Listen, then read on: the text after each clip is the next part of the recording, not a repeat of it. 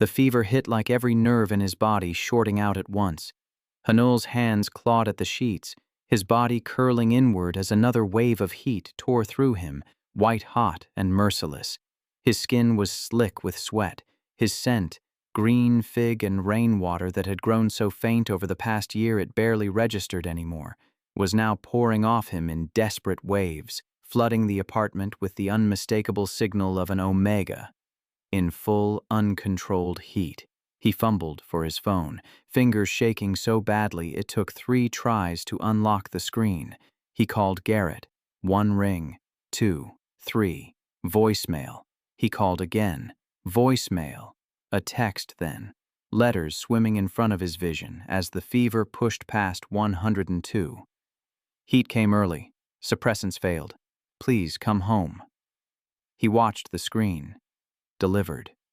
Read. No reply. He called a 3rd time. This time, Garrett picked up. Background noise, a restaurant, laughter, the clink of glasses. Hun, I'm at a client dinner. Can this wait? My heat. Hanul's voice cracked so badly the words barely formed. Garrett, it hit early. The suppressants aren't working. I need you to come home. A pause, then a sigh. Not concern, irritation. Take another dose and ride it out. I can't leave right now. This account is worth $2 million. I already took a double dose. They're not working. My temperature is over 102. Please, I can't. I'm... Han. Garrett's voice dropped to that low, commanding register. Not alpha command, just authority. Cold, practiced authority. You've handled heats before. Lock the bedroom door, drink water, and I'll check on you when I get home. I have to go. The line went dead. Hanul stared at the phone until the screen went dark. Then he dropped it and pressed his face into the pillow and tried to breathe through the fire consuming him from the inside out. 3 hours passed. The fever climbed to 103.4. The cramps had become so violent his vision blurred at the edges. His body was producing distress pheromones now, the sharp, acrid tang of an omega in medical danger cutting through the sweetness of the heat scent. Any alpha within 100 feet would have smelled it, would have known something was wrong. Garrett did not come home. At some point, Hanul stopped calling, stopped texting, stopped doing anything except lying on the bathroom floor because the tile was cool against his burning skin, and the distance between the toilet and the floor was shorter when the nausea hit. His phone buzzed once. A text from Theo. Hey, I'm at the same dinner as Garrett. He just mentioned you weren't feeling well and I could tell he wasn't planning to leave. Are you okay? Do you need anything? I can be there in 15 minutes. Hanul read the message 3 times. His vision kept sliding in and out of focus. He and Theo had been texting every day for months, talking about fonts and bad design and everything except the thing that was slowly killing Hanul's marriage. But this was different. This was his heat, the most vulnerable, most biological, most alpha territory moment an omega could experience. And Theo, a beta with no biological stake in it at all, was offering to drive across the city at 11 at night. I think I need help. I think something is wrong. The response came in under 30 seconds. On my way. Hang tight. 17 minutes later, the apartment buzzer rang. Hanul crawled to the intercom and pressed the button. When the front door opened, he was sitting on the hallway floor in sweat-soaked clothes, shaking so hard his teeth rattled. Theo stood in the doorway holding a pharmacy bag in one hand and a paper grocery sack in the other. He was tall, broad-shouldered, with sandy brown hair and steady hazel eyes that went wide when he saw the state Hanul was in. Oh God. He dropped to one knee and then hesitated. Is it okay if I touch your forehead? I just need to check your temperature. Hanul nodded. He couldn't speak anymore. Theo's palm pressed against his forehead, and the touch was so different from what Hanul expected that it almost made him cry. No pheromones, no overwhelming alpha presence crashing over him, demanding submission or triggering deeper biological responses. just a warm, steady hand. Human warmth. The kind that came from genuine concern and nothing else. You're burning up. This isn't normal heat temperature, Hanul. We need to get fluids in you, and if your fever doesn't break in the next hour, I'm calling an ambulance. No hospital, Hanul whispered. Garrett will. He didn't finish the sentence. He didn't have to. Theo's expression shifted, something tightening around his jaw, but he didn't push. Okay, no hospital yet. But you need to get off this floor. Can you stand if I help you? Hanul tried. His legs gave out immediately. Theo caught him, one arm around his waist, and half carried him to the couch. He moved with careful efficiency, propping pillows, grabbing a blanket from the bedroom, filling a glass of water from the kitchen. He unpacked the pharmacy bag, pulling out electrolyte packets, fever reducers, adhesive fever strips, and a digital thermometer. I grabbed everything I could think of, he said, kneeling beside the couch and peeling open a fever strip. I should be honest with you. I'm a beta. I can't do what an alpha does during a heat. I can't help with the biological part of it at all, but I can try to keep your fever manageable and make sure you don't get dehydrated. The apology in his voice was so earnest it loosened something behind Hanul's ribs. You came, Hanul said. The words came out broken, barely a whisper. You actually came. Theo pressed the fever strip against his forehead with gentle hands. Of course I came. You said you needed help. As if it were that simple. As if those 5 words were reason enough to leave your evening, drive 17 minutes, and kneel on a stranger's floor at 11 at night. Hanul closed his eyes and let the tears fall, too fevered and exhausted to be embarrassed about them. Before we dive in, hey, welcome to Moonlit Episodes. If you're new here, I'd love to know where you're watching from. Drop it in the comments. I read every comment and it means the world. Now sit back, relax, and enjoy today's story. The thing about being bonded to an alpha who doesn't want you is that it happens so slowly you don't realize you're disappearing until you can barely find yourself anymore. Hanul had been 21 when he married Garrett. Young enough to believe that a bond meant forever in the way fairy tales promise, not in the way prison sentences deliver. Garrett was 28, already a rising star at Langford Sterling Financial, with the kind of alpha presence that made rooms rearrange themselves when he walked in. Tall, with close-cropped brown hair, angular in a way that photographed well but felt clinical in person. His scent was black coffee and iron, strong and utilitarian, the kind of pheromone signature that signaled competence rather than warmth. They'd met through families. Hanul's father was a dentist, his mother a former Omega who'd poured every unfulfilled ambition into making sure her children married well. Garrett's parents were generational wealth, Connecticut prep school, the kind of family that treated an Omega son-in-law the way they treated a good piece of furniture, with polite approval as long as it stayed where it was placed and didn't draw too much attention. The courtship lasted 4 months.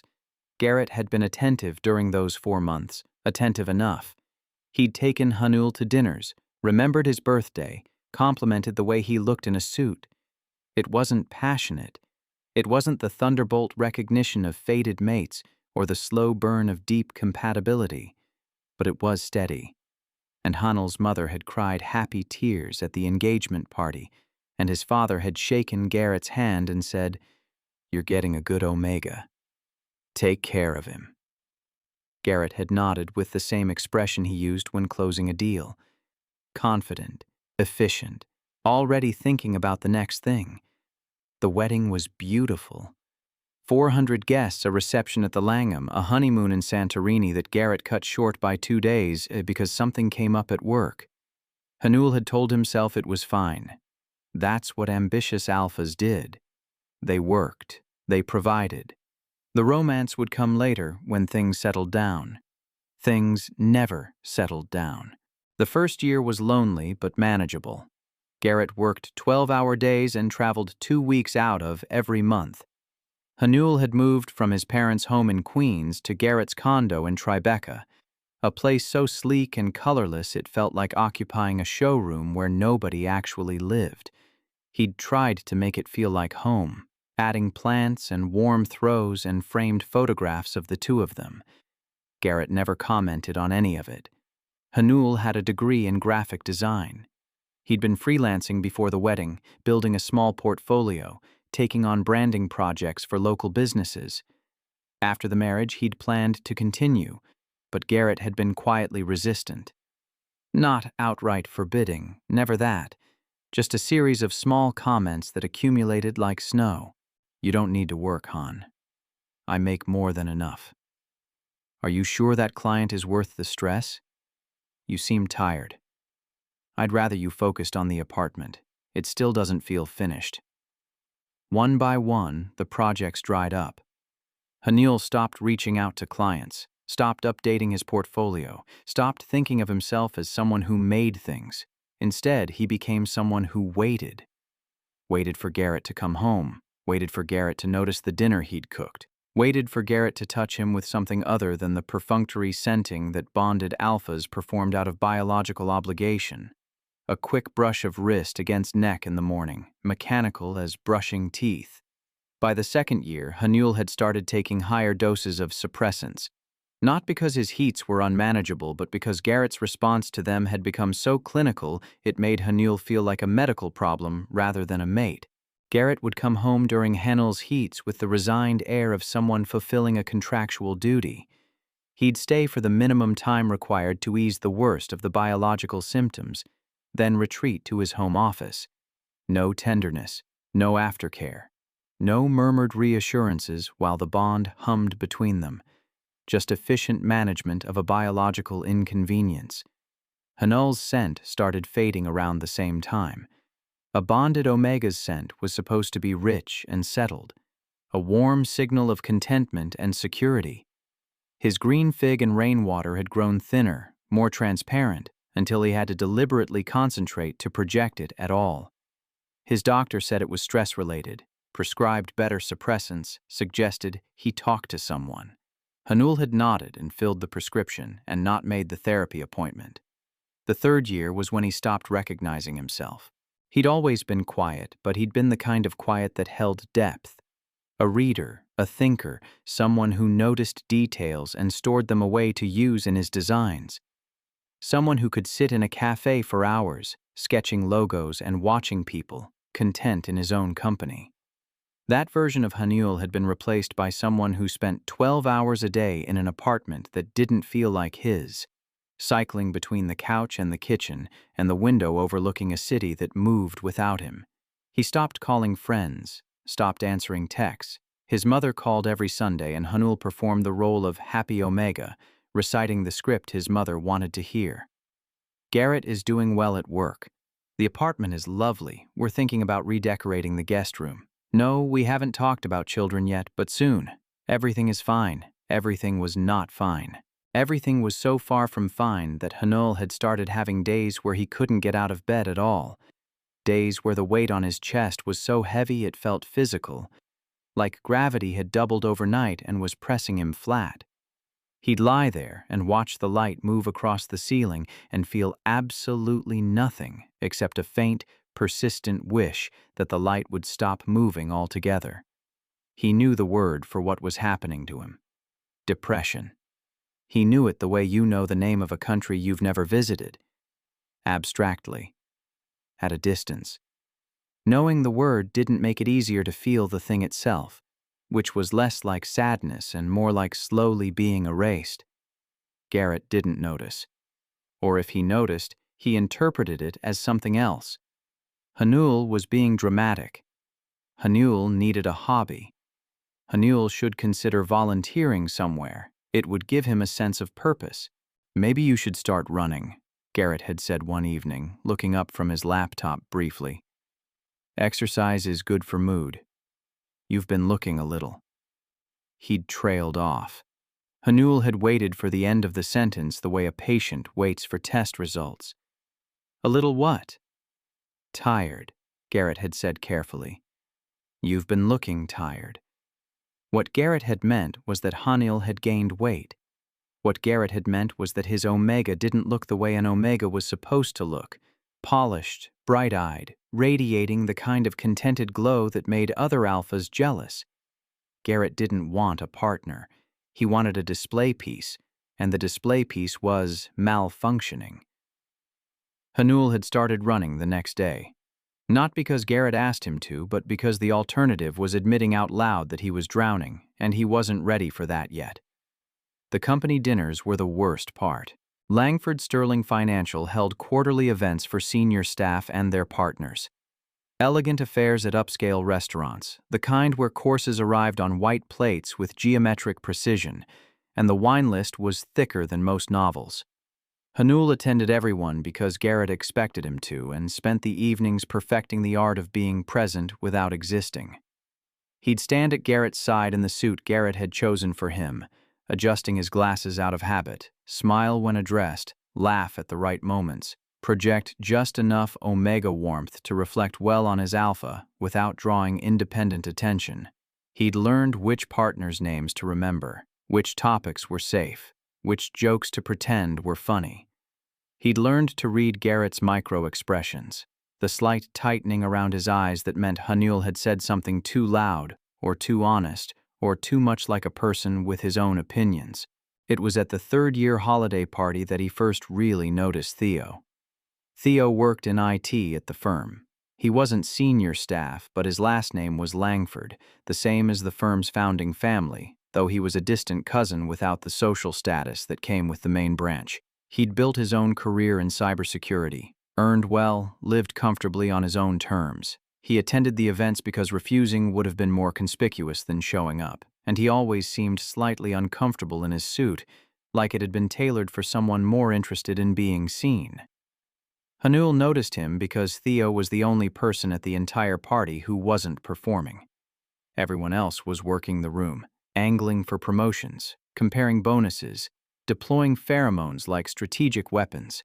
Theo was standing near the dessert table with a glass of sparkling water, watching the crowd with the quiet observance of someone who'd accepted his place at the margins and found it mostly comfortable. Their eyes met across the room. Theo smiled. Not the polished networking smile that everyone else wore, but a small, slightly awkward smile that seemed to say, "This is a lot, isn't it?" Hanul smiled back before he could stop himself. A real smile. The first one in weeks. Garrett's hand settled on the small of his back, steering. "Han, come meet David Pierce. He runs our international portfolio division." The moment evaporated. Hanul let himself be steered, smile already rearranging into the correct configuration. But later, near the end of the night, when Garrett was deep in conversation with a cluster of alphas debating market trends and had forgotten Hanul existed, Theo appeared beside him at the bar. "I think this is the fourth time tonight your husband has left you standing alone," Theo said, then immediately looked mortified. "I'm sorry. That was incredibly rude. I don't know why I said that out loud." Hanul should have been offended, should have defended Garrett the way a good bonded omega was supposed to. Instead, he heard himself say, "It was actually the 6th time, but I stopped counting after the appetizer course." Theo blinked, then laughed, a surprised, genuine sound that drew a few glances from nearby. "I'm Theo. I work in IT, the unglamorous Langford." Hanul, the unglamorous +1. "I don't think so," Theo said, and there was something in his voice, quiet sincerity that felt startling in a room full of performance. "You're the most interesting person here. Everyone else is trying so hard to be noticed. You're just here." Hanul didn't know what to do with that. A compliment that didn't reference his appearance, his scent, or his value as someone's omega. A compliment about his presence, his self. "Thank you," he said softly. They talked for 12 minutes. Hanul would remember the exact duration later, because it was the first conversation in months that hadn't felt like work. Theo asked him about his graphic design background, and his eyes lit up when Hanul described his old branding projects. He told Hanul about his own work, maintaining the firm's cybersecurity infrastructure, which he described with self-deprecating humor as making sure nobody accidentally emails our client list to a hacker in Belarus. 12 minutes. Then Garrett appeared, hand on Hanul's elbow. "We're leaving. I have an early meeting." No acknowledgement of Theo. No introduction requested. Garrett's gaze passed over the beta the way it passed over the wallpaper. In the car home, Garrett said, "You were talking to someone from IT." "Theo, the cousin." A dismissive exhale through the nose. "Be careful with that. People will think you're slumming." Hanul pressed his forehead against the cold car window and said nothing. The next company dinner was 3 months later. Spring. Hanul had lost 14 pounds by then, partly from the running, mostly from the fact that food had stopped tasting like anything. His suits hung loose at the shoulders, and Garrett had looked at him approvingly that morning and said, "You look good." "See? The exercise is working." Hanul had wanted to say, "I'm not exercising. I'm slowly ceasing to exist, and my body is following along." He'd smiled instead. At the dinner, Garrett was in rare form. He'd just closed a deal that earned the firm $11 million in management fees. He was expansive, magnetic, leaning into his alpha presence in a way that made the whole table orient toward him. He told stories. He poured wine for others. He put his arm around Hanul's chair with possessive ease, and to anyone watching, they looked like the perfect alpha-omega couple. But under the table, Garrett's hand never touched Hanul's. When Hanul spoke, Garrett talked over him. When someone asked Hanul a direct question about his work, Garrett answered for him. "Han doesn't really work. He manages the household. He's a talented designer, but he prefers to focus on us right now." Us, as if there were an us, as if the two of them existed in any mutual space at all. Theo was at the event again. Hanul found him during the cocktail hour, standing in the same spot near the dessert table, same glass of sparkling water, same quiet observation. "The unglamorous Langford returns," Hanul said. Theo's face broke into that surprised, genuine smile. "The most interesting person in the room returns. How are you, Hanul?" Nobody asked him that anymore. Not really. Not with the pause after the question that indicated they actually wanted to hear the answer. Something closed behind his sternum. "I'm fine," he said, the word tasting like nothing at all. Theo looked at him for a moment longer than was socially comfortable. Not with judgment, with something closer to recognition, like he could see the gap between the word and the reality behind it. "Okay," he said gently. "But if you're ever not fine, I'm a pretty good listener, and I have no one to gossip to, which is the beta advantage. We're overlooked enough to be trustworthy." He said it with humor, but beneath it was something raw. The universal experience of being a beta in an alpha-omega world. Not dangerous enough to fear, not desirable enough to pursue, not powerful enough to matter. Just there. Functional, reliable, forgettable. Hanul recognized the loneliness in it because it mirrored his own, and for the second time, they talked. 23 minutes this time. About a documentary Theo had watched on typography, about Hanul's favorite font, which was Garamond, and how he could spend an embarrassing amount of time explaining why the lowercase g in Adobe Garamond Pro was perfect. Theo had listened with genuine fascination, and when Garrett came to collect Hanul, Theo handed him a business card with his personal number on the back. "In case you ever want to continue the Garamond defense," he said. "I'm convinced, but I think your argument needs a closing statement." Hanul slipped the card into his pocket and carried it home like contraband. He didn't use it for 6 weeks, but he kept it in the drawer of his nightstand, and sometimes, on the worst days, the days when the weight was so heavy he couldn't sit up, he'd open the drawer and look at it and think, "Someone gave me their number because they wanted to talk to me. Not to Garrett's Omega. To me." It was Theo who texted first. A photograph, no context, of a cafe menu board where someone had written Garrett in what appeared to be Comic Sans. Below it, 3 words. A typographic crime. Hanul laughed. Actually laughed out loud, alone in the apartment at 2 in the afternoon on a Tuesday when he hadn't spoken to another human being in 3 days. He typed back, "That font choice should be prosecuted. I'll represent the plaintiff." And just like that, they were talking. It was small at first. Texts about design, about bad fonts spotted in the wild, about the shows they were watching. Theo sent a lot of photographs, weird signs, dogs he passed on his walk to work, cloud formations that looked like things. He had an eye for the absurd details of daily life and a talent for framing them in ways that made Hanul see the world as something worth paying attention to again. They graduated to voice calls after a month. Theo called one evening to describe in elaborate detail a PowerPoint presentation his department head had created using 14 different fonts, 3 of which were decorative, and 1 of which appeared to be papyrus. Papyrus, Hanul said with genuine horror, in a cybersecurity presentation. I wish I were exaggerating. There was also a clip art of a padlock that was clearly from 1998. You have to send me a picture. If I do that, I'll be fired for leaking proprietary information, but I'll draw it from memory. 2 minutes later, Theo sent a hand-drawn stick figure presentation that was so spectacularly bad it made Hanul wheeze with laughter. He saved the image.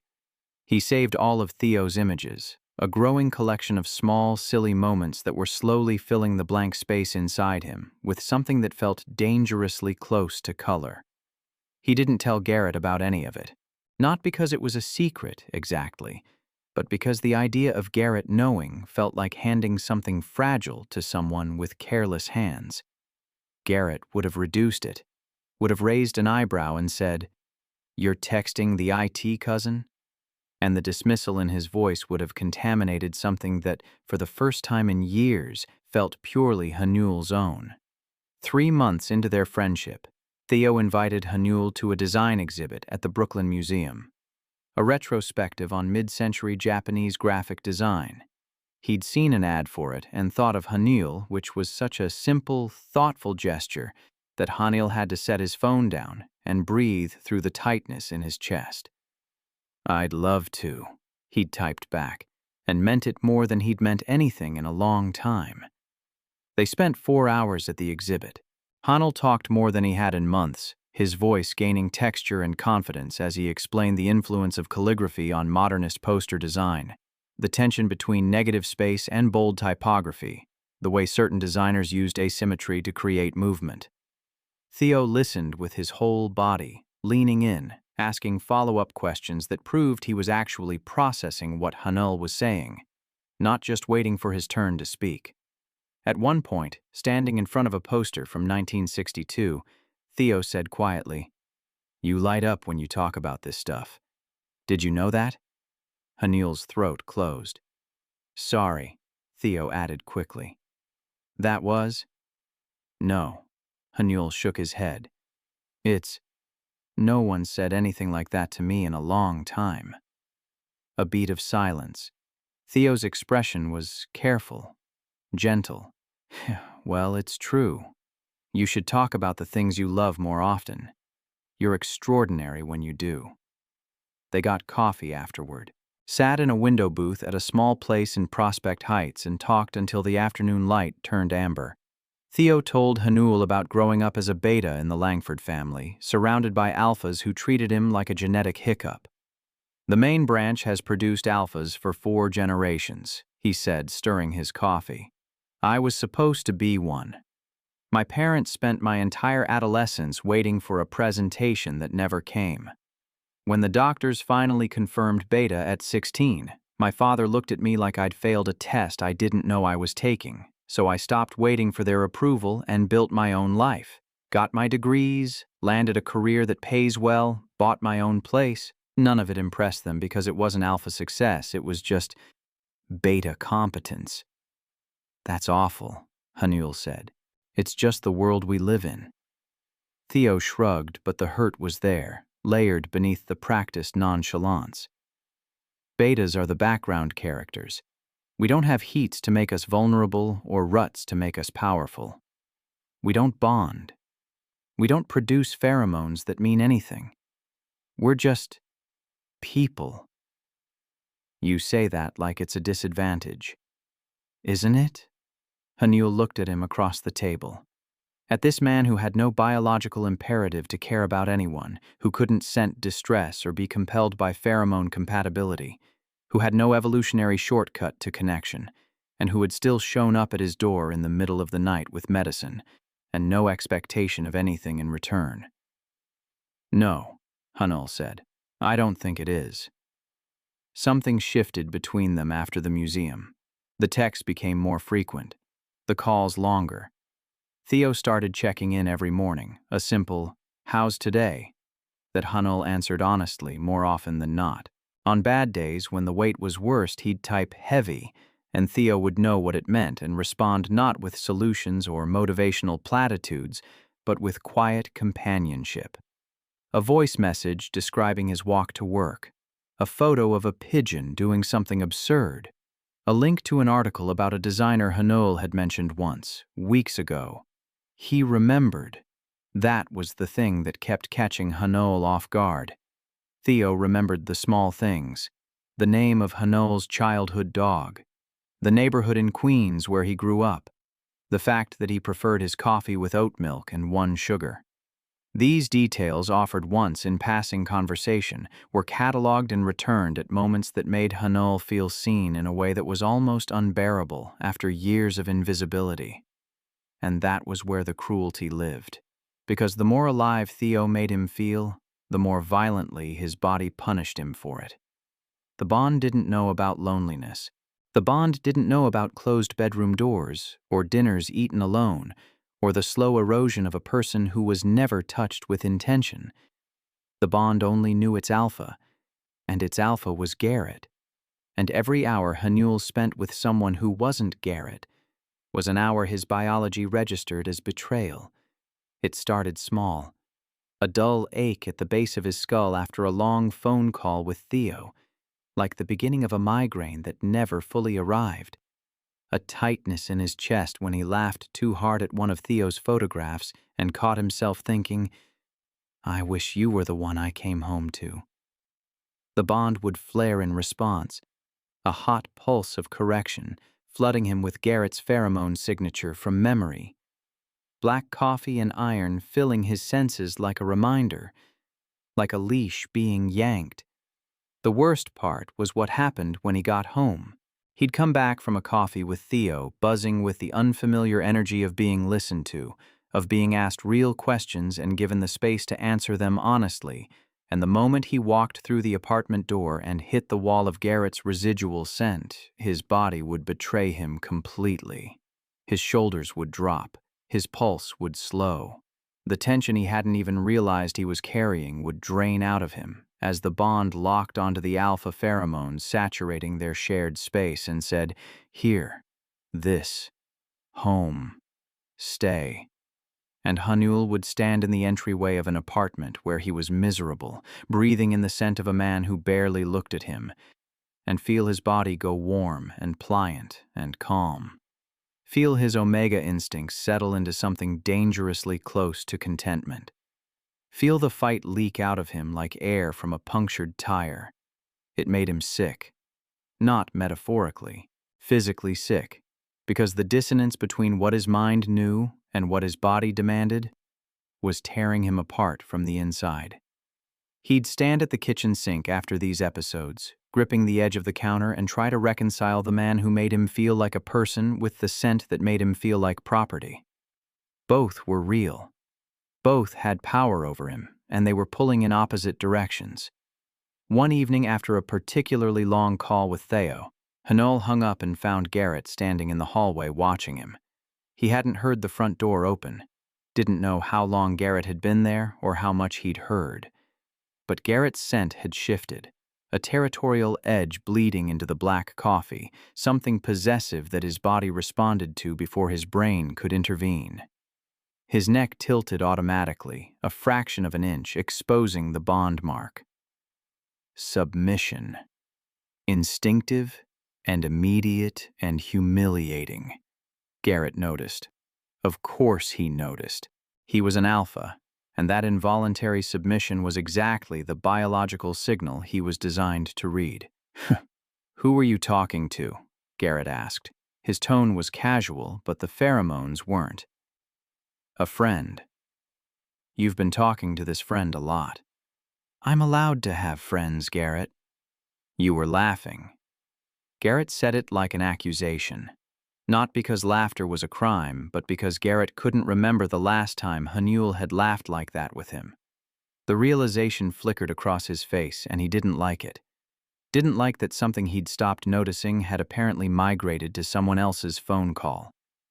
"I haven't heard you laugh like that in a long time." "Maybe that should tell you something." Garrett's jaw tightened. He crossed the hallway, not touching Hanul, just standing close enough that his pheromones enveloped Hanul completely. Close enough that the bond mark throbbed and Hanul's knees went soft and his body screamed to lean forward, to press his face into the crook of Garrett's neck, to let the alpha scent obliterate every other thought. "It's the beta from work, isn't it?" Garrett said, not a question. "Theo." The way he said the name was surgical, flat and precise, like he was filing it under a category he found mildly offensive. Hanul didn't answer. His silence was answer enough. "A beta, Han."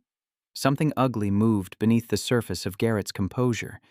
Not jealousy in the way romance novels described it, not the desperate, consuming fear of losing someone you loved. This was something colder. The irritation of an alpha who'd left a belonging on a shelf and returned to find someone else had touched it. He didn't want Hanul, not really, not in any way that mattered. But the idea that a beta, a person with no biological claim, no pheromone authority, no evolutionary standing, could offer his omega something he hadn't bothered to provide, was an insult that landed squarely on his pride. "You are," Garrett said evenly. "Huh, just making an observation." He walked away, left Hanul standing in the hallway with his fists clenched and his bond mark burning and the ghost of Garrett's scent clinging to his skin like a handprint. His phone buzzed in his pocket.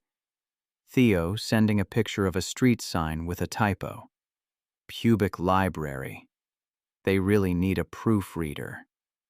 Hanul laughed, and the sound caught in his throat and turned into something closer to a sob.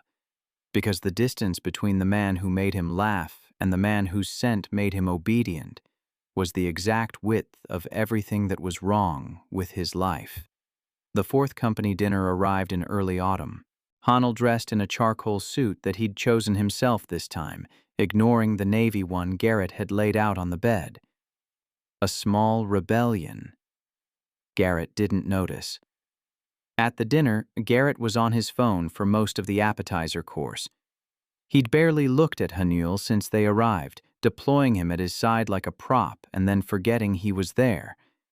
Hanul sat through the conversations about market projections and quarterly returns and felt the familiar numbness creeping in, the protective blankness that his mind produced when the gap between performance and reality grew too wide. Then Theo sat down across the table. He wasn't supposed to be seated with senior staff. Someone must have moved the place cards. But there he was, looking slightly panicked and mouthing sorry as he pulled out his chair. Hanul felt something shift behind his ribs. Not break, rearrange. They talked through dinner. Quietly, under the louder conversations, a private channel running beneath the noise. Theo had brought Hanul a small wrapped package that he slid across the table under cover of a breadbasket. "It's not a big deal," Theo said, his ears going red. "I just saw it and thought of you." Inside was a letterpress print of the Adobe Garamond lowercase g, framed in a slim black border. hand pulled on cream cotton paper. Perfect. Hanul pressed his lips together hard and blinked several times and said, "Thank you," in a voice that came out rougher than he intended. Garrett glanced over. His eyes moved from the print to Theo and back to Hanul, calculating. Something shifted in his scent, so subtle only a bonded omega would catch it. The black coffee went bitter, the iron sharpened to a point. Not rage. Something quieter and more dangerous. The slow, creeping recognition that his omega had just lit up over a gift from someone who wasn't him. "What's that?" he asked. "A gift," Hanul said. "From a friend." Garrett's eyebrow rose. The word friend hung in the air between them with more weight than it should have carried. Garrett looked at Theo directly for the first time all evening, and the assessment in that look was swift and brutal. Beta. I.T. The distant cousin who nobody took seriously. Garrett's expression settled into something that might have been amusement if it didn't have teeth. As if the idea of a beta giving his omega a framed letter of the alphabet was too pathetic to warrant a real response. Then he turned back to his conversation, and the moment passed. But Hanul felt the brush through the bond, not irritation this time. Something sharper. The faintest edge of possessiveness from an alpha who hadn't touched his omega with intention in months, but couldn't stand the idea of someone else doing it first. Even with a lowercase g, he didn't care. For the first time, Garrett's indifference didn't land like a blow. It landed like confirmation. That night, alone in the bathroom of the apartment while Garrett slept in the bedroom with the door closed, because he always slept with the door closed now, Hanul sat on the edge of the tub and held the Garamond print and allowed himself to name the feeling that had been building for months. It wasn't love. Not yet. It was something more fundamental than that. It was the slow, painful recognition that he was still a person, that he had thoughts worth hearing and passions worth pursuing and a laugh that someone found worth earning. That his value was not determined by the alpha who had bonded him and then set him on a shelf. Theo hadn't saved him. That wasn't the right word. Theo had reminded him that he existed, and that somehow was everything. The heat came 2 weeks later. Hanul had been expecting it. His suppressants had become increasingly unreliable over the past year, his body's cycles destabilized by the cortisol levels that came with chronic depression and a bond that delivered nothing but emotional static. His doctor had warned him that prolonged stress could trigger breakthrough heats, and she'd adjusted his prescription twice already. This one hit like a freight train. He'd woken at 6 in the morning to a body that was already 3 hours into preheat. His skin too hot, his scent spiking, the familiar cramping low in his abdomen signaling that he had maybe 4 hours before full onset. He took his suppressants immediately, double dose, called Garrett. Garrett was already at the office. He'd left before dawn for an early strategy session and wouldn't be home until after a client dinner that evening. "My heat's coming early," Hanul said when Garrett picked up. His voice was steady, not panicked yet. "I need you to come home." A long pause. The sound of his office. Typing. Someone talking in the background. "Han, I have back-to-back meetings until 5 and then the Whitfield dinner. This is the most important client relationship of the quarter. And this is the most important biological event of my quarter, Garrett. My suppressants aren't holding. I need my alpha." Another pause. Hanul heard Garrett's exhale, measured and controlled, the sound of an alpha who was weighing his options and finding his omega's heat on the wrong side of the equation. "Take the emergency suppressants from the medicine cabinet, the ones Dr. Reeves prescribed. Those should buy you 12 to 14 hours. I'll be home after dinner, should be by 10, 11 at the latest. That's 17 hours from now. I know, you'll manage. You always do. You always do." 3 words that carried the entire weight of their marriage. "You'll manage alone, as you always have, because I have never been willing to make you a priority and we both know it." "Okay," Hanul said. He didn't argue, didn't plead, just accepted it, the way he'd accepted every version of this conversation for 4 years. He took the emergency suppressants. They held for approximately 3 hours before his body burned through them like paper in a fire. By noon, the fever had started. By 2, he'd collapsed against the bathtub, too weak to move. By 5, the distress pheromones had begun, sharp and scared, calling out for an alpha who was across the city at his office, probably not thinking about him at all. He'd texted Garrett twice during the afternoon. Read, no reply, called once. Voicemail. At 7:30, Garrett finally texted back, "Dinner's running long. Whitfield wants drinks after. Probably won't be home until 2. Hang in there." Hanul dropped his phone. 2 a.m. That was another 6.5 hours of fever, cramps, nausea, and the bone-deep loneliness of an Omega in heat whose bondmate was choosing not to come. He'd survive it. Omegas survived heats alone all the time. It was miserable and occasionally dangerous, but people did it. Unbonded Omegas did it every cycle, but bonded Omegas weren't supposed to have to. The entire biological point of a bond was that you had someone, that your body could reach through the psychic tether and find comfort, safety, the specific pheromone combination that eased the fever and turned a heat from agony into something bearable. Garrett's end of the bond was closed, not dormant, not muted, closed, like a door shut deliberately to keep out noise. At 9:45, Hanul's fever hit 103. He hadn't been able to keep water down for 2 hours. His hands were shaking so badly he couldn't hold his phone steady enough to dial. The distress pheromones had reached a level that would have triggered a response from any alpha within range. A sharp, acrid alarm scent that the body only produced when an Omega was in genuine physiological danger. This was when the phone buzzed with Theo's message. The text that shouldn't have mattered, from a beta who shouldn't have known, about an Omega who wasn't his responsibility, his biology, his anything.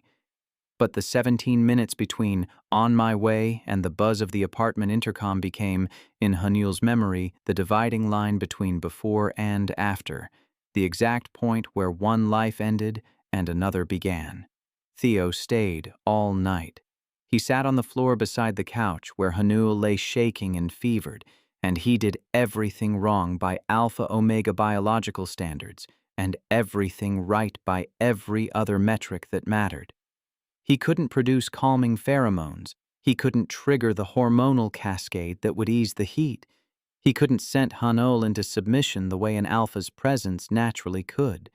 His beta biology was by every clinical measure useless in this situation. But he kept the fever strips fresh, swapping them every 20 minutes with a timer on his phone. He measured electrolyte powder into water with the precision of someone who'd researched heat emergency protocols during the drive over. He read the label on the emergency suppressants and called the 24-hour nurse line to confirm dosages. When Hanul's fever spiked to 103.7 and the nurse on the phone said to get him into a lukewarm bath, Theo ran the water and then turned his back while Hanul crawled in, sitting outside the bathroom door talking steadily about nothing, his voice an anchor in the delirium. He talked about a stray cat he'd been feeding on his fire escape, about a security vulnerability he'd found in the firm's email system that turned out to be caused by someone using password 123 as their actual password, about the time he'd tried to make croissants from scratch and produce something a coworker described as angry bread. Small, meaningless stories. Human sounds in a room that had been so quiet for so long that Hanul had forgotten what company felt like. At one point during the worst of it, when the cramps were so bad, Hanul couldn't stop the sounds that came out of him, low and animal and humiliating. Theo's voice came through the bathroom door, steady and calm. "Still here. Not leaving. Just breathe." "You can't know that," Hanul managed through gritted teeth. "No, but I can stay until it is." The fever broke at 4:17 in the morning. Hanul felt the moment it crested and began to recede, the heat loosening its grip muscle by muscle, the sweat turning cool on his skin. He lay on the couch wrapped in a fresh blanket Theo had found in the hall closet, and for the first time in hours he could think clearly. Theo was sitting on the floor beside him, his back against the couch, his head tipped back and his eyes half closed. He looked exhausted. His shirt was rumpled, his hair was a mess, and there were dark circles under his eyes. He was still holding the timer on his phone for the next strip change. Theo. Theo's eyes opened immediately. Alert, concerned. Temperature check? No, Hanil swallowed. Thank you. I don't know how to. You shouldn't have had to do this. Theo set the phone down and turned to face him. You're right. I shouldn't have had to. Someone else should have been here. The words landed with surgical precision. Not accusatory, not angry. Just true. Garrett came home at 2:37 in the morning. He'd stayed for drinks after the dinner, as he'd said he would, and arrived to find his Omega lying on the couch with a damp cloth on his forehead and the worst of the heat already past. And a Beta sitting on his living room floor. The silence that followed Garrett's entrance lasted exactly 4 seconds. Hanil counted. What is this? Garrett said. Theo stood. To his credit, he didn't flinch. He was a Beta standing in the living room of a senior Alpha at 2:30 in the morning, and his expression was calm. Your mate was in heat-related medical distress, Theo said. Fever of 103.7, unable to keep fluids down, distress pheromones at critical levels. I brought medicine and monitored him through the crisis. You're a Beta. Garrett said it like a diagnosis. I am. You can't do anything for him in heat. I brought his fever down, kept him hydrated, and stayed with him so he wasn't alone. But you're right. I couldn't do the things an Alpha could have done. The things you could have done, if you'd been here. The silence that followed was different from the first one. Thicker, charged with the specific tension of an Alpha who'd been told, without accusation but without mercy, that he'd failed his most basic biological function. Garrett looked at Hanul. His expression was impossible to read. Then his gaze dropped to the damp cloth on Hanul's forehead, to the pharmacy supplies spread across the coffee table, to the blanket that wasn't one of theirs, to every small evidence of someone else's care in his space. His pheromones surged, black coffee and iron flooding the room so heavily that Hanil's heat-weakened body shuddered with involuntary response. Territorial. Not the controlled authority Garrett usually deployed. Something rawer. The biological fury of an Alpha returning to his den and finding it saturated with another person's presence. You called him, Garrett said, instead of me. I called you, Hanul whispered. 7 times. You didn't answer. The words landed. Garrett's jaw worked. For a fraction of a second, Hanul saw something behind the anger that looked almost like shame, the flash of a man realizing that his neglect had created the exact space another person had filled. But it was gone as quickly as it appeared, replaced by something colder. The specific jealousy of an Alpha who doesn't want his Omega but can't tolerate anyone else wanting him either. Wow, you've made it this far. If you're enjoying the story, drop a comment and let me know where you're listening from. I read every comment and it means a lot. All right, let's get back to the story. Garrett left the room without another word. The bedroom door closed. Locked. Hanul heard the definitive click from across the apartment and felt it reverberate through the bond, a punctuation mark at the end of a sentence neither of them had finished speaking. Theo lingered in the hallway, his jacket in his hand. Are you going to be okay? Hanul looked at the locked bedroom door, then back at Theo. I don't know, he said honestly, but I think it's the first time I've been able to say that out loud. Theo nodded. Call me if you need anything. Anytime. After Theo left, Hanul didn't go to the bedroom. He stayed on the couch, wrapped in the blanket Theo had found, and stared at the ceiling until dawn. Something fundamental had cracked, not between him and Garrett that had been cracking for years, between Hanul and the version of himself who'd been willing to accept this life. That version was gone, burned away by a fever and the simple, devastating kindness of a man who'd driven through the night with a pharmacy bag because someone said they needed help. The days after the heat were quiet in the way a house is quiet after an earthquake. Everything looked the same, but the foundations had shifted, and every surface felt subtly wrong. But the bond had other plans. In the days following the heat, Hanul's body did something his mind hadn't anticipated. It reached for Garrett. Not emotionally, not with longing or affection. The bond reached for its alpha the way a severed nerve fires phantom signals to a missing limb. His body had endured a heat without its bonded mate, and now it was in a state of biological panic, flooding him with hormones designed to pull him closer to the alpha it was tethered to. He found himself standing outside the locked bedroom door at 3 a.m, his hand flat against the wood, his bond mark pulsing with a dull, insistent heat. He hadn't walked there consciously, hadn't decided to get off the couch and cross the apartment.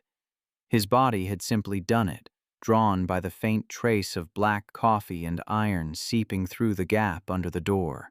His omega instincts were screaming for proximity, for the specific cocktail of alpha pheromones that would tell his nervous system the heat was truly over, that he was safe, that the bond was intact. Garrett was 6 feet away, asleep behind a locked door, and Hanul's body wanted him with a ferocity that had nothing to do with love. He pressed his forehead against the wood and breathed and hated himself. Hated that his biology didn't care about empty dinners or forgotten birthdays or the way Garrett said, "You'll manage."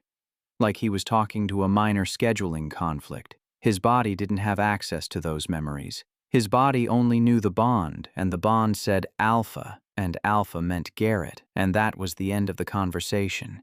He peeled himself away from the door and went back to the couch and lay there until dawn, his bond mark throbbing in time with his heartbeat.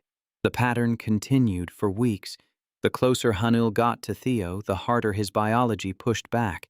He'd spend an afternoon at the cafe texting Theo about a documentary they'd both watched, feeling light and present and engaged, and then he'd walk into the apartment and Garrett's scent would hit him and his body would go slack with relief. Not the relief of homecoming, the relief of a prisoner whose shackle has stopped chafing.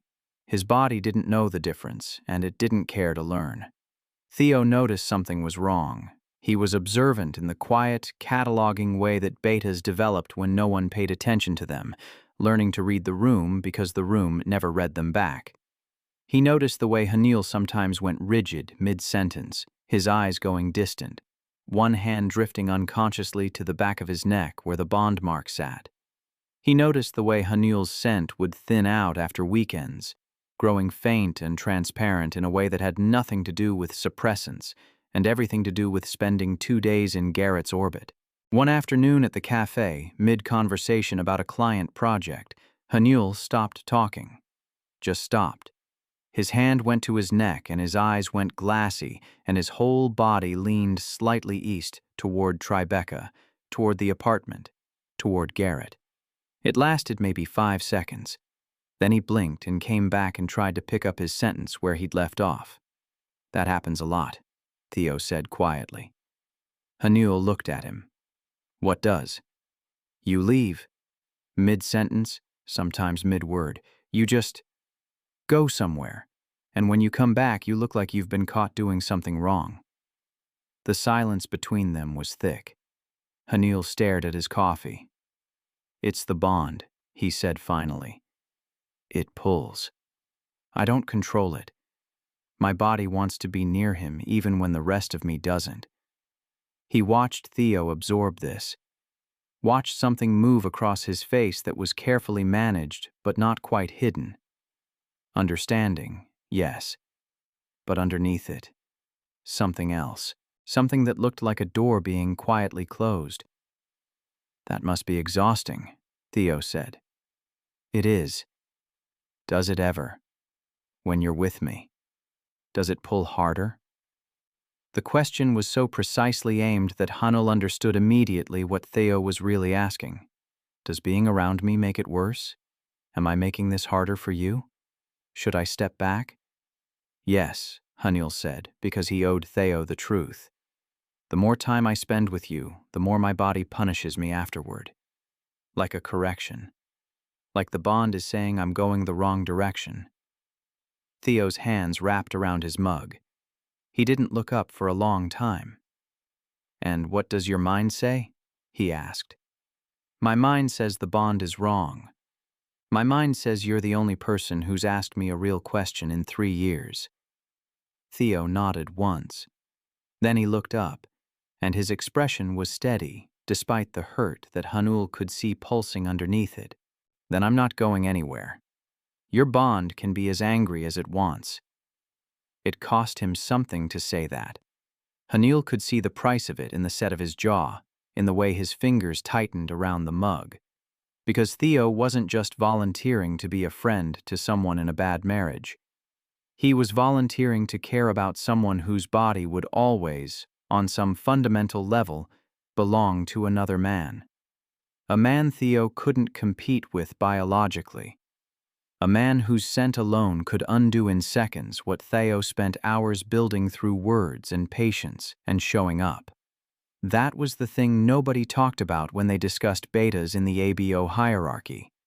Not just the invisibility, not just the career ceilings or the social dismissals, the specific, private agony of loving someone whose biology was hardwired to respond to a type of person you could never be. Theo couldn't bond with Hanul. Couldn't send him into calm, couldn't ease a heat or trigger the neurological reward cascade that an alpha's presence activated in an omega's brain. He was bringing a handwritten letter to a war fought with chemical weapons, and he was bringing it anyway because it was all he had.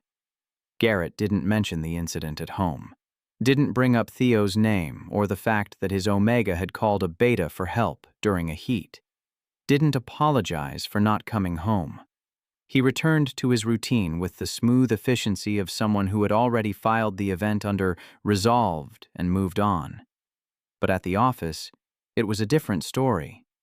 Theo told Hanul about it weeks later, and only because Hanul had asked directly why he seemed tired, why he'd started checking the hallway before leaving his office, why his texts had become shorter during work hours. It had happened the Monday after the heat. Theo was at his desk in the IT department, 2 floors below Garrett's corner office, running a vulnerability scan on the firm's client portal. His door was open because it was always open. He didn't have anything to hide behind and never felt the need to. Garrett appeared in his doorway without warning. No knock, no greeting. Just the sudden presence of a senior alpha filling a space that had been calm 30 seconds earlier. His pheromones arrived before his words did. Black coffee and iron sharpened to a point. The deliberate deployment of alpha authority that made every beta and omega in the surrounding cubicles go still. Theo looked up from his monitor. "Can I help you with something?" he asked. His voice was steady. His hands, beneath the desk where Garrett couldn't see them, were not. Garrett didn't sit, didn't close the door. He wanted an audience for this, wanted the floor to hear it, wanted every person in the IT department to understand what they were witnessing. "I want to make sure we're clear on something," Garrett said. His voice was conversational. The pheromones were not. "My omega was in a medical situation last week. You helped. That was generous of you, and I appreciate it." He paused. Let the word appreciate settle into the air with the weight of a threat wrapped in courtesy. "But going forward, if my mate needs assistance, the appropriate protocol is to contact me. Not to let yourself into my home at 11 at night. Not to spend 7 hours alone with a bonded omega in heat. Not to position yourself as the solution to a situation that is, fundamentally, between an alpha and his mate." Theo held his gaze. Every instinct he had, not omega instincts, not alpha instincts, but human instincts, the survival kind, was telling him to look away, nod, comply. Garrett's pheromones were pressing down on the room like a change in altitude. 2 cubicles over, someone had stopped typing. "I called you first," Theo said. "Your phone was off." "My phone was on silent during a client dinner. There's a difference." The difference didn't matter much to Hanul when his fever was 103.7. The silence that followed had a texture. Garrett's jaw tightened. A muscle jumped beneath his left eye. For 1 second, his composure slipped, and what lived underneath it was not the measured authority of a senior financial analyst. It was the raw, biological fury of an alpha whose territory had been entered by someone he considered beneath the effort of a real confrontation. If Theo had been another alpha, this would have been a different conversation. Louder. More honest. Pheromones clashing. Dominance displays. The primal theater that alphas performed when they felt threatened. But Theo was a beta, and betas didn't warrant that kind of response. Betas warranted the quiet kind, the professional kind, the kind that happened in doorways with an audience of coworkers who would all remember exactly who held the power. "Stay away from my omega," Garrett said softly. "This is the only time I'll say it politely." He left. The pheromones lingered for 20 minutes. 3 people in the department asked Theo if he was okay. He said yes, he was not okay. His hands didn't stop shaking for an hour. He didn't stay away from Hanul, he just got more careful about it. Work texts moved to a personal phone. Lunch meetings happened off-site. The cafe in Prospect Heights became their place, specifically because it was nowhere near the financial district, nowhere near Garrett's orbit, nowhere near the alpha pheromones that turned a public building into marked territory. When Theo finally told Hanul what had happened, they were sitting at that same cafe, and Hanul's reaction was not what either of them expected. He didn't apologize, didn't flinch, didn't go quiet and pull inward the way he usually did when Garrett's shadow fell across something good. He got angry. Not loud angry. Not dramatic angry. The slow, structural anger of a person who'd spent 4 years being treated as property and had just learned that his owner had extended the lease to include the one person who treated him like a human being. "He doesn't get to do that," Hanul said. His voice was low, but his hands were steady on his coffee mug. "He doesn't get to ignore me for 4 years and then threaten the only person who showed up." "Hanul, it's fine. I can handle Garrett." "It's not fine. And you shouldn't have to handle him. This is my fight, not yours." "It became mine when I drove 17 minutes with a pharmacy bag." They looked at each other across the table. Something crystallized between them. Not romance. Not yet. Something harder and more necessary than that. An alliance. 2 people who'd both been diminished by the same system for different reasons, recognizing that the thing between them was worth defending. Hanul watched him leave for work the next morning. Watched him knot his tie in the hallway mirror, check his phone, grab his briefcase, call out, "See you tonight," without turning around. And his body, traitorous and obedient, sent a pulse of warmth through the bond at the sound of his alpha's voice. A reflex, nothing more. And for the first time, Hanul didn't feel the familiar ache of being overlooked. He felt something harder, cleaner. Clarity. The clarity of finally understanding that his body and his self were 2 different things, and that his body had been voting on his behalf for years without his permission. He called a therapist that afternoon, made the appointment he'd been putting off for 2 years. Her name was Dr. Vasquez, and she was a beta, which Hanul chose deliberately because the idea of processing his feelings under the influence of anyone's pheromones made his stomach turn. In the first session, she asked what brought him in, and Hanul opened his mouth to deliver the practiced version. The version where he was a little stressed, maybe a touch anxious, just looking for some tools to manage it better. Instead, what came out was the truth. "I think I've been disappearing for 3 years and I just noticed." Dr. Vasquez didn't flinch, didn't rush to reassure. She sat with those words and then said, Tell me what you mean by disappearing. Hanul told her everything. The shrinking, the numbness, the days in bed, the fading scent, the running that wasn't exercise, but erosion, the heats endured alone, the bond that felt like a closed door, the man who brought fever medicine at 11 at night, and the husband who chose a client dinner over coming home. She diagnosed depression. Not the dramatic kind that announced itself with crisis, but the slow, corrosive kind that dissolved a person layer by layer until the structure collapsed without warning. She prescribed medication, recommended weekly sessions, and said something Hanul would carry with him for the rest of his life. You are not depressed because something is wrong with you. You are depressed because your environment has been systematically stripping you of everything that makes you who you are. The treatment isn't just chemical, it's ecological. You need to change what's around you. Hanul went home and sat in the silent apartment and let those words settle into his bones. Change what's around you.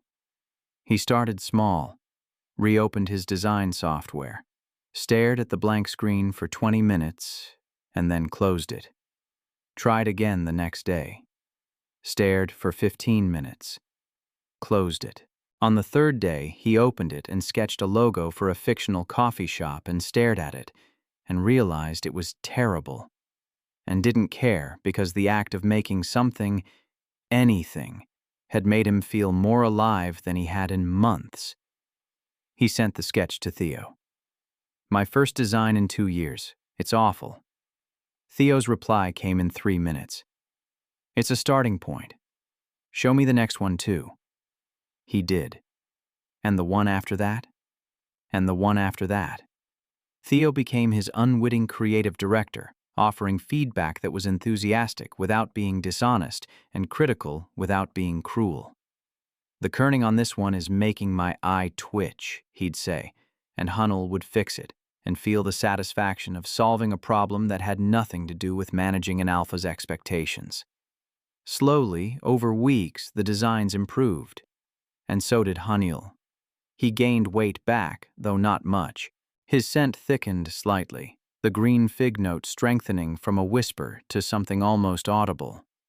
He started leaving the apartment daily, not to run, but to visit the cafe where he and Theo had sat after the museum, where the barista now recognized him and had his oat milk latte with 1 sugar, ready before he reached the counter. He started answering his mother's calls with truth instead of performance. I'm not doing great, Mom, but I'm working on it. His mother's silence on the other end was long and frightened. Come home, she whispered. Come visit. I'll make your favorite. It wasn't perfect. It wasn't an acknowledgement of everything that had gone wrong or a dismantling of the cultural framework that had pushed Hanul into this marriage. But it was a door cracking open, and Hanul walked through it.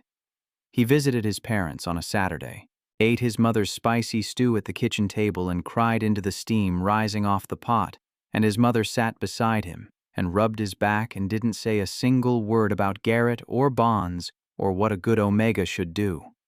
She just let him be her son for a few hours, and it was enough. The confrontation with Garrett happened on a Tuesday evening in October, 3 months after the heat crisis. Hanul had rehearsed it, had practiced with Dr. Vasquez, who made him say the words out loud until they stopped shaking, had written them down and then thrown the paper away because this wasn't a script. It was his life. Garrett came home at his usual time, hung his coat, checked his phone, didn't look up. Garrett, I need to talk to you. Something in Hanul's voice made Garrett look up. Maybe it was the steadiness of it. Maybe it was the absence of the accommodating softness that Garrett had grown accustomed to, the verbal equivalent of tiptoeing. Whatever it was, Garrett set his phone down. What is it? I want to dissolve our bond. The silence was enormous. Garrett stared at him. Hanul watched the processing happen in real time, the flicker of disbelief, the narrowing of eyes, the alpha instinct surging forward to assess threat. You want to what? I want a formal bond dissolution. I've already consulted with a lawyer. The paperwork is straightforward given that we have no children and I'm not requesting alimony. Garrett's expression hardened. His pheromones spiked, black coffee and iron flooding the room with the sharp edge of alpha authority, the biological intimidation that alphas deployed when their territory was threatened. You're not serious. I've never been more serious. Because of what? Because I missed one heat? Hon, that was 3 months ago. You can't end a marriage over one bad night. It wasn't one bad night, Garrett. It was 4 years of bad nights. 4 years of heats you treated like chores. 4 years of dinners where you forgot I was sitting next to you. 4 years of me shrinking and you not noticing because you never looked closely enough to see that I was getting smaller. Garrett stepped closer. His alpha presence pressed against Hanul like weather, heavy and inescapable, and Hanul felt his omega instincts respond automatically, the urge to bare his neck, submit, apologize, take it back. The bond pulsed between them, Garrett's end suddenly, forcefully open, flooding Hanul with possessiveness and authority, and the biological demand to stay. His body responded before his mind could intervene. His scent spiked, green fig pouring off him in waves of distress and need, his hands trembling with the effort of not stepping forward and pressing his face into Garrett's neck where the scent gland pulsed with black coffee and iron. Every cell in his body was screaming to close the distance, to submit, to let the bond do what it was designed to do. His knees buckled slightly and he grabbed the counter to stay upright. The bond was a living thing between them, and it wanted him to stay. It didn't care about loneliness or closed doors or heat spent alone on bathroom floors. It only understood proximity and surrender. Hanul held his ground. His body shook with the effort. Sweat broke across his forehead, and his vision blurred at the edges, but he did not move. "Don't do that," he said quietly. "Don't use the bond to make me stay when you never used it to make me feel loved." Garrett flinched. An actual, visible flinch. And for one moment, Hanul saw something behind the cold efficiency. Something that might have been grief, or might have been the recognition that he was losing something he'd never bothered to value until it decided to leave. "Is this about the beta?" Garrett asked. His voice had dropped. Dangerous, contained. "Theo, is this about him?" And there it was. The word beta deployed like a weapon, loaded with every assumption the ABO hierarchy had ever produced. As if Theo's designation was the argument itself. As if the idea that Hanul might prefer a beta's company to an alpha's bond was so absurd, it could only be explained by temporary insanity. "This is about me," Hanul said. "This is about the fact that I disappeared inside this marriage and you didn't notice. Theo didn't cause that. You did, by treating me like an accessory you owned instead of a person you chose. I provided for you. I gave you everything. You gave me a condo and your last name and absolutely nothing else. I needed a partner, Garrett. I needed someone who saw me, and you couldn't even be bothered to come home when I was running a fever of 103. And the beta could?" The jealousy cracked through the composure now, ugly and honest. "A beta who can't ease your heat, can't bond with you, can't give you children, can't do a single thing your biology actually needs. That's what you're choosing over this?" "He sat on my floor for 7 hours, Hanul said quietly. "He couldn't fix the biology. He stayed anyway. You could have fixed all of it, Garrett. You just didn't come." Garrett's jaw worked, his fists clenched at his sides. For one terrible moment, Hanul thought Garrett might use Alpha Command, might force the words into his bones, might compel him to stay through sheer biological force. Some alphas did that.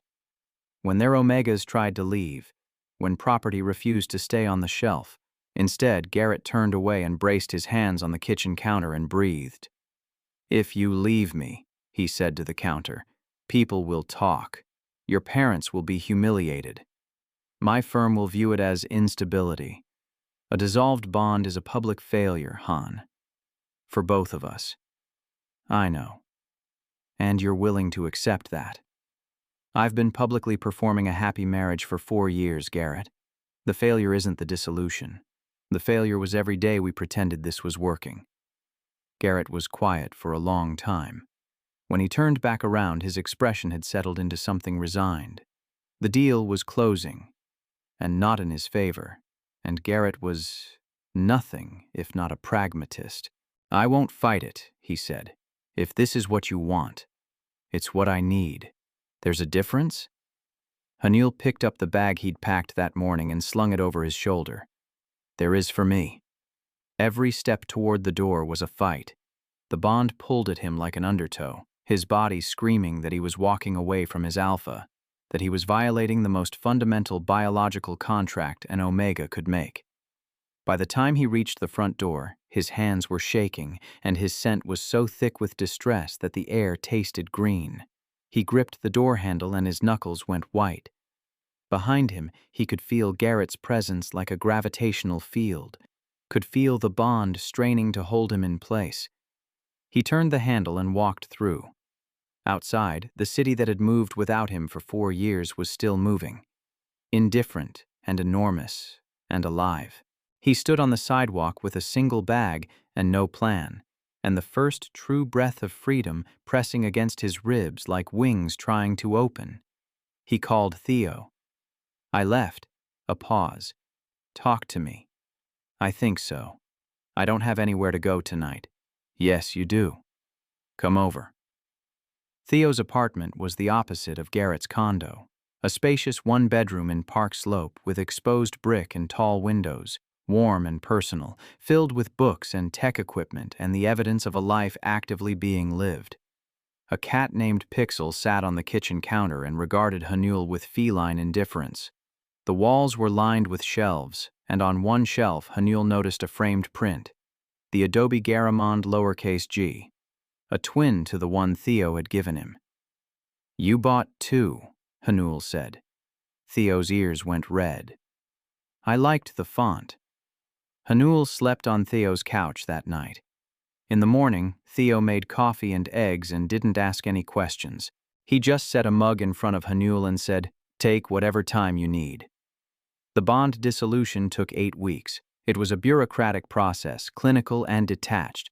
Medical evaluations to confirm both parties consented. Hormone monitoring to ensure the omega wasn't being coerced. A waiting period mandated by state law that felt like an insult, as if Hanul hadn't already waited 4 years. Those 8 weeks were the worst of his life in a way that was entirely physical. His body didn't understand what his mind had decided. Every morning he woke reaching across the bed for warmth that wasn't there, his bond mark throbbing with a low, persistent ache that no painkiller could touch. His scent went haywire, cycling between distress signals and desperate sweetness, as if his biology was putting out a call that his alpha would hear and come running. Garrett didn't come, but the bond didn't know that. The bond only knew absence, and it punished Hanul for it. He lost weight again. Couldn't keep food down some mornings when the separation nausea hit, his body rejecting the physical distance from its bonded mate with the same violence it would reject a toxin. He'd stand in the shower shaking, not from cold, but from the phantom pull in his chest, a hook behind his sternum tugging him east toward Garrett's office, toward the scent of black coffee and iron that his body still craved, even though his mind knew the truth. Dr. Vasquez called it bond withdrawal. She said it was temporary, that the hormones would stabilize, that the pain was not a sign he was making the wrong choice. It was just biology, thrashing against a decision that biology had no vote in.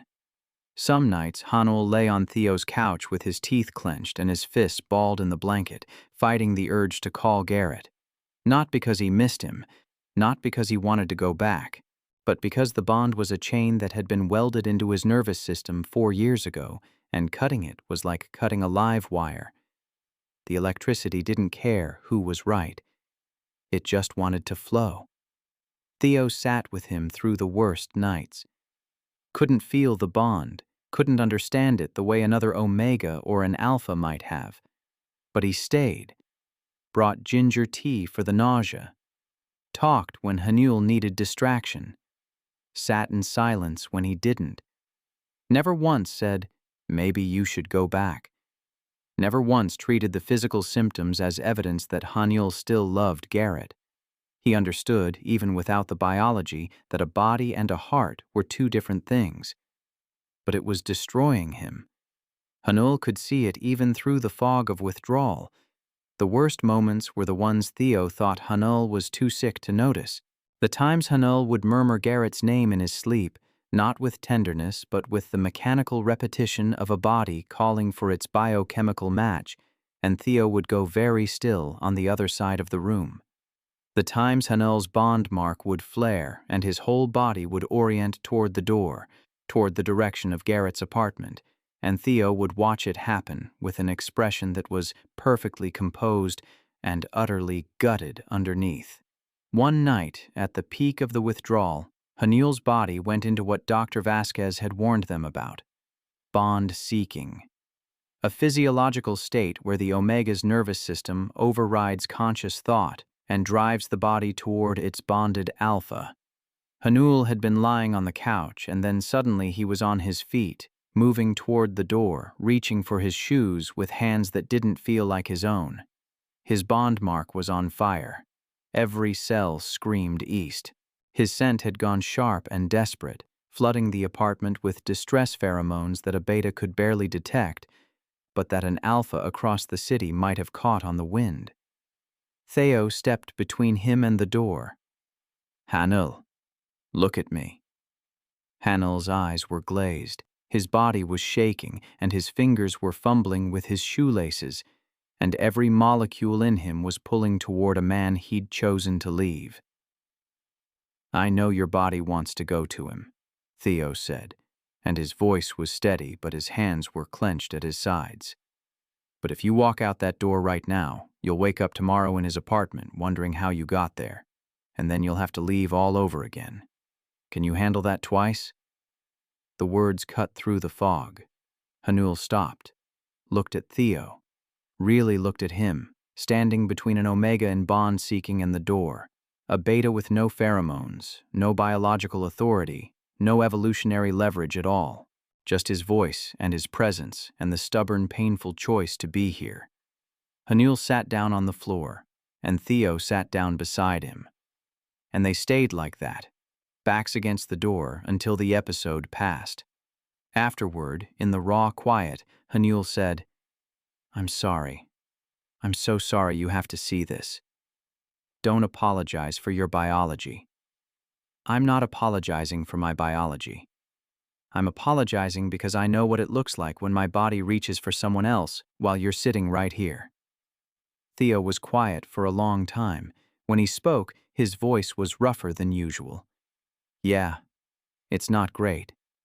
I won't lie to you about that. If this is too much, if watching this is too hard, I would understand if you needed to step back." Theo turned his head to look at him. His eyes were red-rimmed but dry. "Every alpha in the world could pull your body toward them with a scent gland and a growl. I can't do any of that. The only thing I can do is choose to be here. And the day I stop choosing, that is the day I've given up on the only thing that makes me different from a pheromone. So no, I'm not stepping back." Hanul leaned his head against Theo's shoulder. For the first time since the withdrawal began, his body didn't correct him, didn't flare the bond mark, didn't flood him with the phantom scent of black coffee and iron. Maybe it was too exhausted to fight. Or maybe, for just this moment, his body recognized something that didn't register on any biological scale, but mattered more than any bond ever could. Presence. Chosen. Deliberate. Costly presence. The kind that didn't come with a scent signature because it didn't need one. The medical procedure itself was brief. A specialist administered the dissolution compound through an IV while monitoring both their vitals on separate screens in separate rooms. Hanul felt the bond dissolve, and it was not the gentle unraveling he'd been promised. It was a ripping. A hot, searing tear across the base of his skull where the bond had anchored itself 4 years ago. He gasped and his back arched off the chair, and for 3 terrible seconds, every memory of Garrett flooded him at once. The courtship, the wedding, the first year when there was still hope, the slow decay, all of it compressed into a single burst of sensation, and then gone. The silence afterward was immense. Not empty exactly. More like the ringing quiet after a detonation. Where the bond had been, there was now an open space, raw and tender, like skin under a pulled scab. Hanul sat in the recovery room and breathed and felt, for the first time in 4 years, completely alone inside his own body. No secondary presence, no low hum of someone else's indifference bleeding through. It hurt, and it was the most free he had ever felt. Garrett sat in the next room and felt it too, and neither of them cried, and that said everything. Hanul moved into a studio in Fort Greene. Theo had found the listing, paid the deposit before Hanul could argue about it, and said, "You can pay me back when your first client does. Consider it an investment in good typography." The studio was small but bright, with tall windows and good light. Hanul set up his design desk by the window and started taking freelance projects again. Small ones at first, logos for a neighbor's bakery, a poster for a community theater production, branding for a beta-owned coffee roaster who'd seen Hanul's work on social media and reached out directly. His scent came back. Slowly. Then all at once. The green fig deepened. The rainwater sharpened to something clean and bright. For the first time in years, his scent was a true reflection of his internal state, warm, alert, present, and it filled his tiny apartment like someone had opened a window on the first day of spring. Theo noticed. He was over one evening helping Hanul assemble a bookshelf from a flat pack, a project that required more cursing and fewer Allen wrenches than either of them had anticipated, when he paused and looked at Hanul with an expression Hanul couldn't quite read. "What?" Hanul asked, holding a shelf panel at an improbable angle. "Nothing. You smell like you. That probably sounds weird since I'm a beta and I can barely detect pheromones. But I can tell. It's stronger than before." Hanul set the panel down.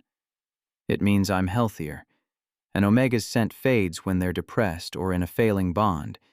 It comes back when?" He stopped, because what he was about to say was, "when they feel safe," and the implications of finishing that sentence in Theo's apartment, surrounded by Theo's books, while Theo held one end of a bookshelf and looked at him like he was something worth paying attention to, were enormous. "When they feel safe," he finished quietly. Theo held his gaze. "Good," he said. "I'm glad you feel safe." The shift from friendship to something more happened the way most real love stories happen. Not with a thunderbolt. Not with the biological certainty of fated mates or the chemical shortcut of compatible pheromones. It happened in the accumulated weight of small moments that eventually became too heavy to call anything other than what they were.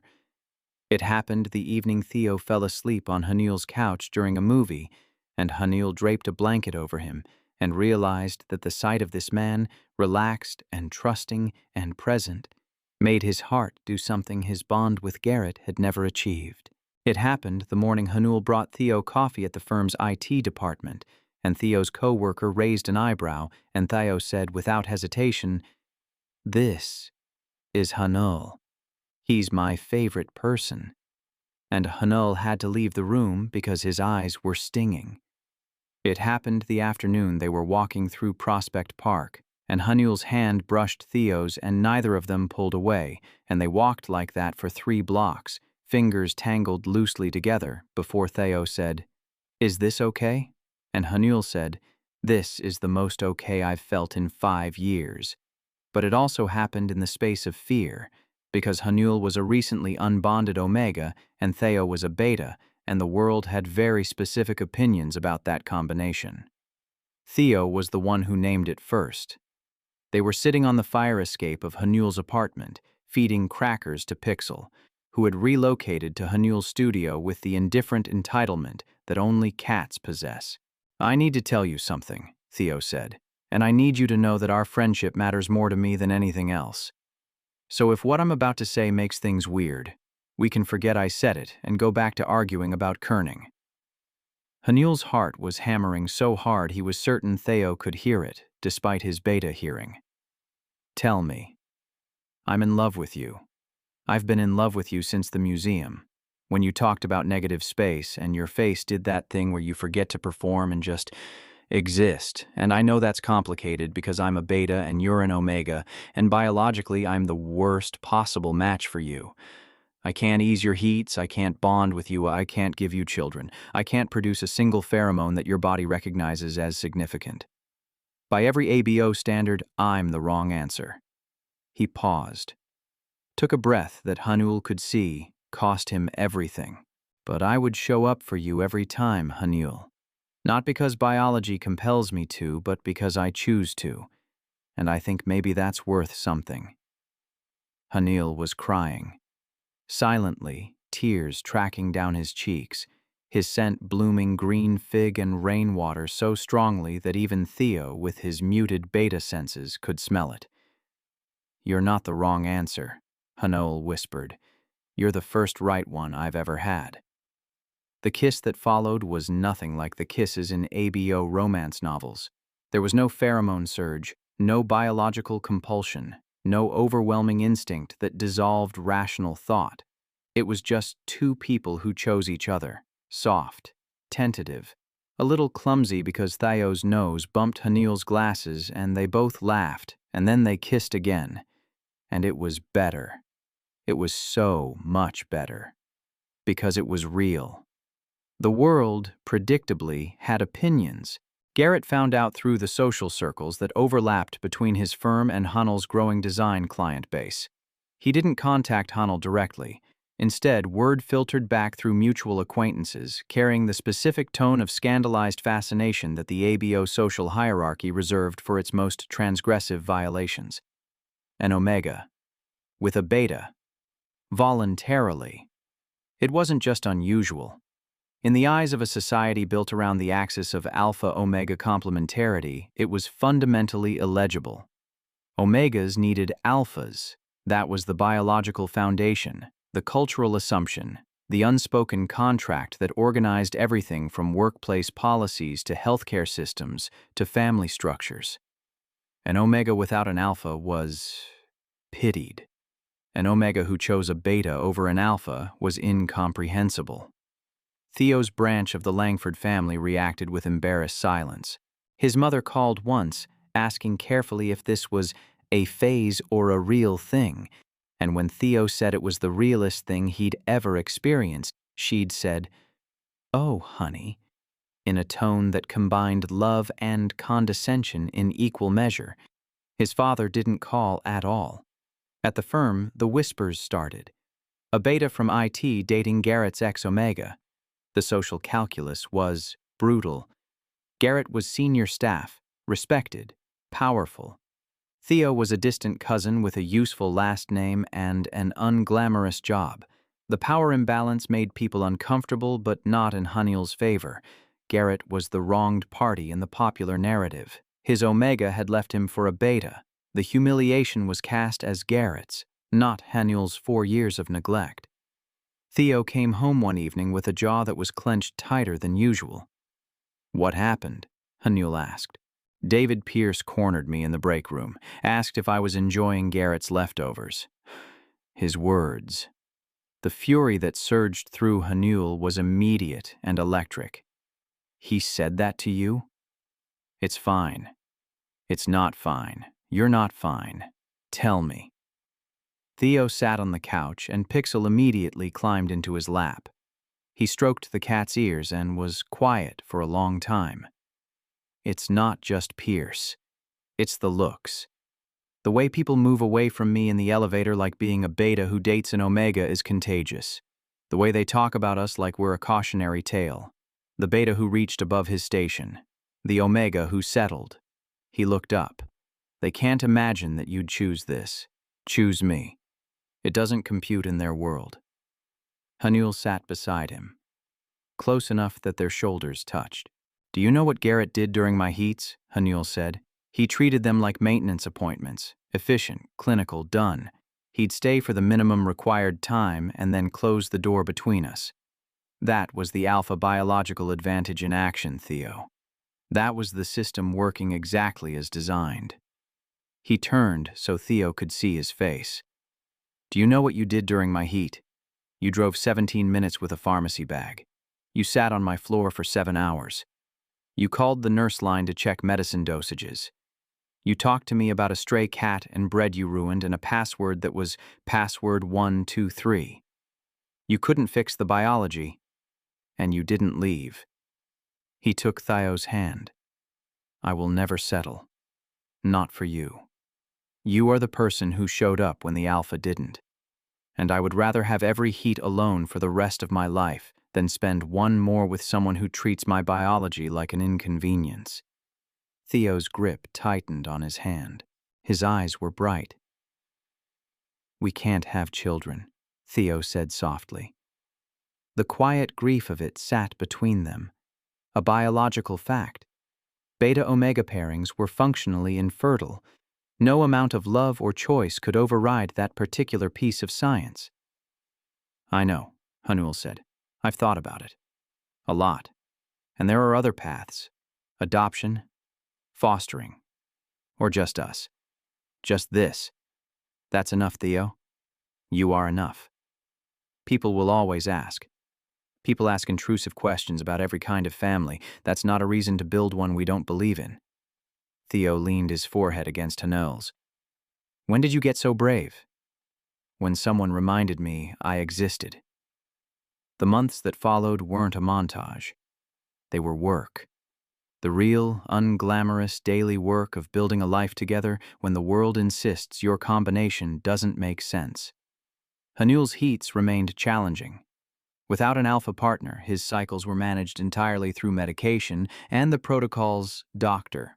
Vasquez helped him develop. Heat rooms equipped with cooling systems, sensory tools, and comfort items. Theo couldn't ease the biological symptoms, but he'd learned what he could do. He was there before each cycle with supplies and calm. He stayed close, on the other side of the door, voice steady, never pushing, never pretending to be something his biology didn't allow him to be.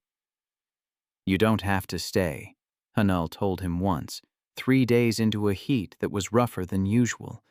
His voice was wrecked, his body aching, and the guilt of putting Theo through hours of helpless waiting was eating at him. "I know I don't have to," Theo said through the door. "That's the whole point." Theo had his own struggles.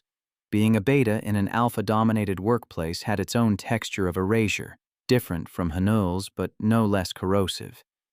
Theo was excellent at his job. He'd built the firm's entire cybersecurity infrastructure from scratch, caught threats that saved the company millions, and his technical reputation was spotless. But the promotions into leadership, the ones that came with visibility and authority, went to alphas who presented with more force, who could flood a conference room with pheromones that signaled dominance. Theo's ideas in meetings were solid until an alpha restated them louder, at which point the room would pivot toward the alpha's voice as if the idea had just been born. His competence was acknowledged, his leadership was not. He came home frustrated more often than he admitted. Hanul learned to read the set of his shoulders, the way he'd deflect with humor when the hurt was deepest, the quiet retreats to the fire escape where he'd sit with Pixel and not talk. "You don't have to be brave with me," Hanul told him one evening, curling up beside him on the fire escape. "I know what it feels like to go unnoticed. You don't have to pretend you're okay with it." Theo was quiet for a long time. Then, "Sometimes I wonder if you'd be happier with an alpha. Someone who could actually give you everything. An alpha gave me everything once. A condo, financial security, social status, a bond. And I was the most miserable I've ever been. You gave me a letterpress print of a lowercase g and I carry it everywhere." Hanul leaned against him. "You're not less, Theo. You're different. And different is what saved me." Hanil's design business grew. He'd found a niche in branding for Beta and Omega-owned businesses, companies that were tired of the aggressive alpha-coded aesthetics that dominated corporate design. His work was warm, thoughtful, rich in the kind of negative space he'd loved since studying Japanese typography at the Brooklyn Museum. Clients came through word of mouth, then through social media, then through a feature in a design magazine that called his approach radical softness in a world built for aggression. He read the article out loud to Theo over breakfast, and Theo grinned and said, "Radical softness.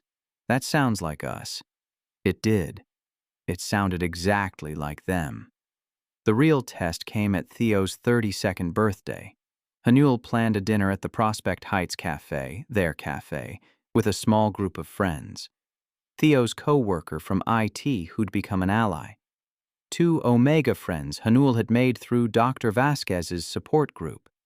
Hanul's mother, who had, over the past several months, transformed from cautiously worried to fiercely protective of her son's happiness, she arrived with enough food for 20 people, assessed Theo with the penetrating stare of a woman who had raised an Omega son and watched him almost disappear, and then pulled Theo into a hug so tight he wheezed.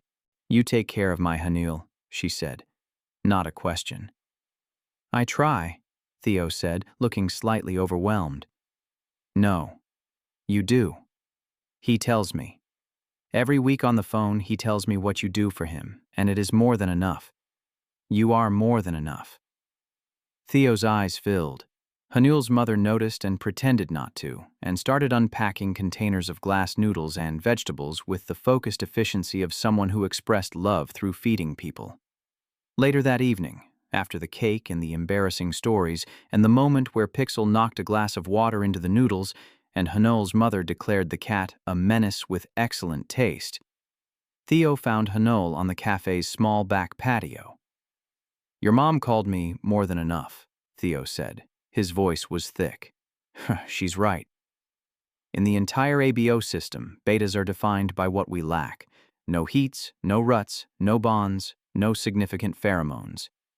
We're the absence, the minus sign, the draft pick nobody wanted." He paused, looking at the night sky above Brooklyn. "But you see me as something else. Your mom sees me as something else. And tonight, for the first time in my life, I think maybe I believe it." Hanul took his hand. "You're not defined by what you lack. You're defined by what you choose, and you chose to show up, every time. That's not less than biology, Theo. That's more." They stood together in the October air, a beta and an omega, a combination the world called impossible, and they called home. 1 year later, Hanul sat at his design desk in the studio apartment that had become theirs. Pixel was asleep on the filing cabinet. Theo's shoes were by the door. The Garamond print hung on the wall where it had always been, a small, perfect thing that marked the moment someone had seen him and chosen to keep seeing. His phone buzzed, a text from a number he hadn't expected. "Congratulations on the design award. You deserve it. I'm glad you're doing well. Garrett." Hanul stared at the message. There was no bitterness in it. No alpha posturing. Just a sentence from a man who'd finally, perhaps, understood what he'd had and lost. Hanul typed, "Thank you, Garrett," and set his phone down. Theo came through the door carrying takeout and wearing the slightly frantic expression of someone who'd been arguing with a subway turnstile. "The card machine at the turnstile rejected me 3 times, he announced. "I think the MTA knows I'm a beta and is discriminating." Hanul laughed.